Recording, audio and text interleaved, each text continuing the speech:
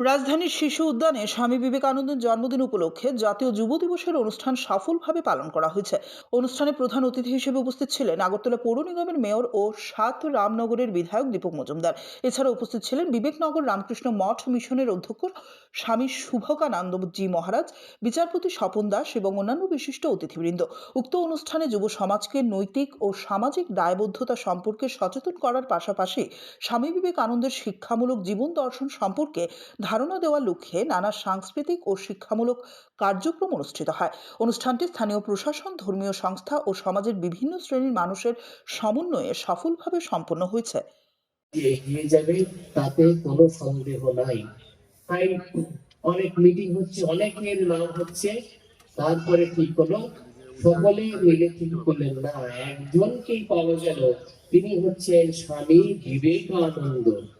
যে তাকে, তার এই জন্মদিনটিকে আমরা জাতীয় যুব দিবস বলে তারা ঘোষণা করলেন যে আমরা জাতীয় যুব দিবস বলে এই সম্মাননা জানাবো এবং আমরা পালন করব। এখন তিনি যুবক কিরকম দেখুন না, তিনি নিজের মুখে বলেছেন, I would never see 40, আমি কখনো 40 পেরোবো না।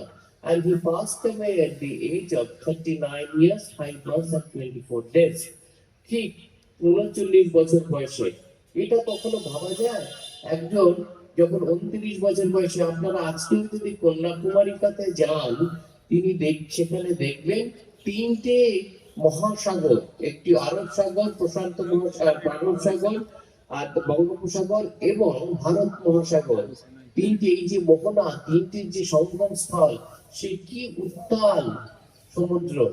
সেই সমুদ্রে আজকের দিনেও যদি কেউ স্টিমারে করে যান, দেখবেন সে স্টিমারে সে একদম ভয়ে একদম মানে জড়সড় হয়ে দাঁড়িয়ে থাকে যারা যান যাত্রীরা।